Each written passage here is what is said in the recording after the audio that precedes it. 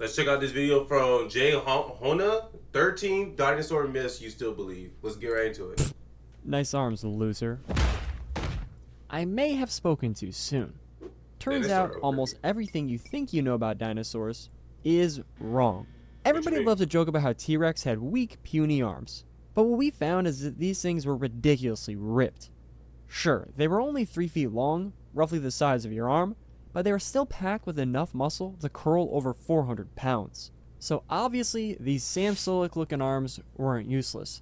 But that's just one of the many dinosaur lies you probably still believe. I mean, I felt like I always knew that they was kind of muscular. I mean, cause the dinosaurs were bigger than us. But I always felt like, what we learned in school that like the T-Rex had short arms and shit. But I always knew they were muscular and shit. I feel like I don't know. You didn't get me on that one. And in this video, I'm gonna go over 13 of the biggest. And this next one is one you've probably fallen for. What? You ever go on TikTok and see something about how Spinosaurus sounded like this? So that's not how they sounded at all, actually, because that's just a loon call slowed down. In fact, every single dinosaur noise you hear is total BS. Truth is, we have no idea what most dinosaurs sounded like. Except one, Parasaurolophus. Aren't dinosaurs? Well, I might be thinking of the Velociraptor or some shit. But if I'm correct, ain't the dinosaurs more related to fucking birds than they are to fucking lizards and shit? You see that giant crest sticking out of its skull? Maybe he might go over that in this video. Hold on. Well, it was filled with tubes and airways. So scientists 3D modeled it, pushed air through it, and it sounded like this.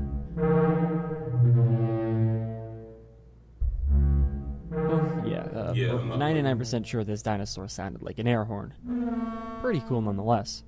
Then again, that's not the only lie you've been told by media. What you mean? Don't move.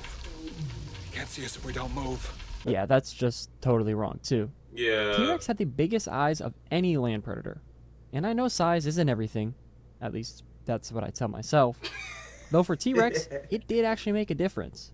Its vision was estimated to be up to 13 times sharper than yours. With forward-facing eyes and incredible depth perception, if you were in front of it, even from miles away, it was going to see you.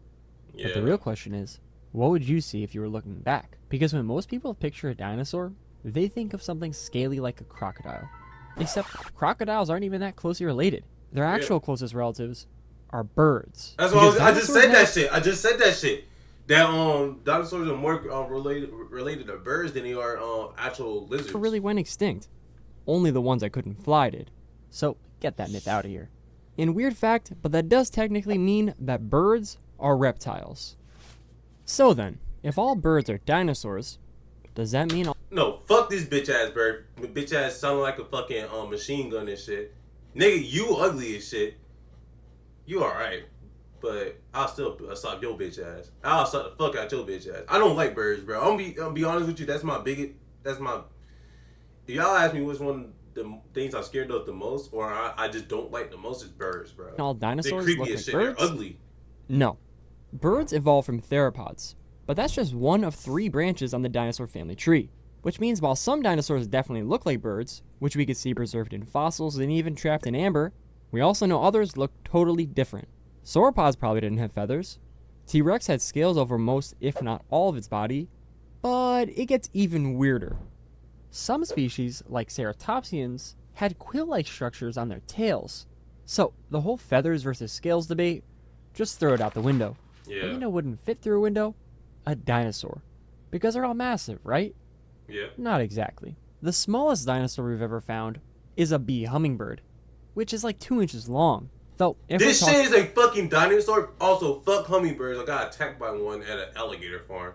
But this is a dinosaur? Non-avian, you got stuff like Microraptor, about the size of a crow and barely a couple pounds. We got really lucky with Microraptor too. It lived in the perfect environment to fossilize. And some are so well preserved, we even know its feathers were black, and if the light hit it just right, they'd shimmer blue and green. And this thing lived over 100 million years ago. But here's the thing, most dinosaurs didn't live in conditions like that. Now, say you've got some pinky-sized bone from some tiny dinosaur, and an 8-foot femur from an Argentinosaurus. Which one's more likely to survive 70 million years underground? Exactly. That's preservation bias. Big bones fossilize better, so we find them more. Yeah. But that also means we're probably underestimating how many small dinosaurs there really were. And considering we've probably found less than 1% of all dinosaur species, who knows what else is still Nigga, how out the there. fuck y'all know y'all have Even found so, less than 1%? Dinosaur fossils are a lot less rare than most people think, as long as you're in the right place. This is the Hell Creek Formation, and if you know what you're looking for, you can literally walk for a few minutes and find a fossil. How complete they are, that's a different story. When your average dinosaur dies, it probably gets scavenged, so finding one that didn't get eaten, but also got perfectly buried, and then stayed intact while the Earth shifted for millions of years, that's the miracle part. And something you might not realize is even with the dinosaur fossils we do have, they're embarrassingly incomplete. I mean, for God's sake, I made an entire video about the life of Quetzalcoatlus, and all we have is a single arm bone. If you were listening closely there, I just made the cardinal sin of paleontology, thinking every prehistoric animal was a dinosaur. However, a lot of those animals weren't dinosaurs at all. Let's start with the ocean. Ichthyosaurs, plesiosaurs, mosasaurs. Not dinosaurs. Really? They're part of their own weird aquatic branches on the reptilian family tree. Same with the ones in the sky. You've probably heard of the word pterodactyl, but that's actually not the right name.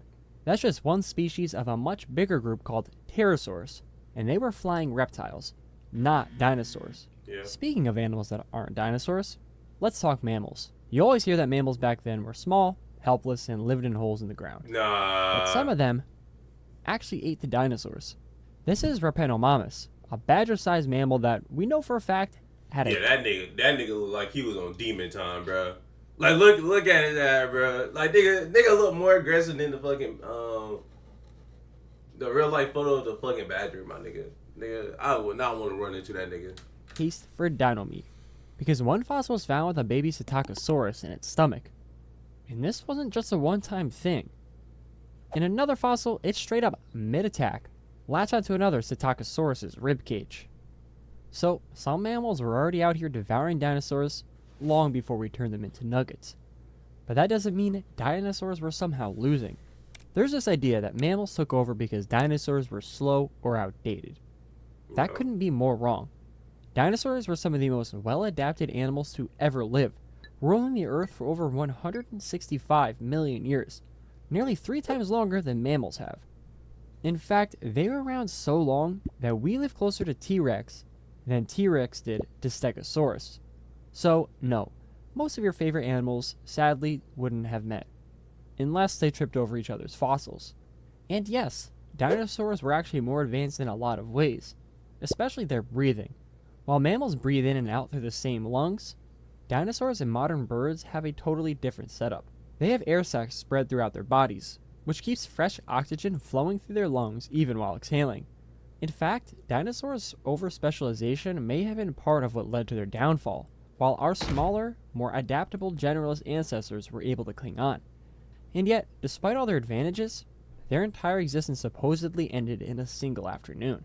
An asteroid hits Earth, and boom, dinosaurs gone. Well, we already know that's at least a little wrong, because... That's what I'm saying. I don't believe the fucking asteroid killed all the dinosaurs. I think it's something else did that shit. And even for the non-avian ones, they didn't vanish overnight. It might have taken decades, maybe even thousands of years for the last of them to die out. Look at the mammoths of Wrangel Island. Most mammoths went extinct around 10 to 14,000 years ago, Yeah. but a small group survived in isolation until just 4,000 years ago. Around the same time, the pyramids were being built. This same thing could have happened with a few dinosaur species, holding on in small pockets before eventually disappearing from genetic collapse, bad luck, or another disaster. But what's even stranger is that despite how it sounds, this wasn't even the worst extinction Earth's ever gone through. Not by a long shot. There was one even earlier that made the asteroid look tame, and it nearly wiped out everything. And if you want to learn about that, go watch this video. Thank you so much for watching. Please... Well, wrap it up for that video. If you're watching this on YouTube, leave a like and subscribe, turn that bell notification on, and I'll see you in the next one.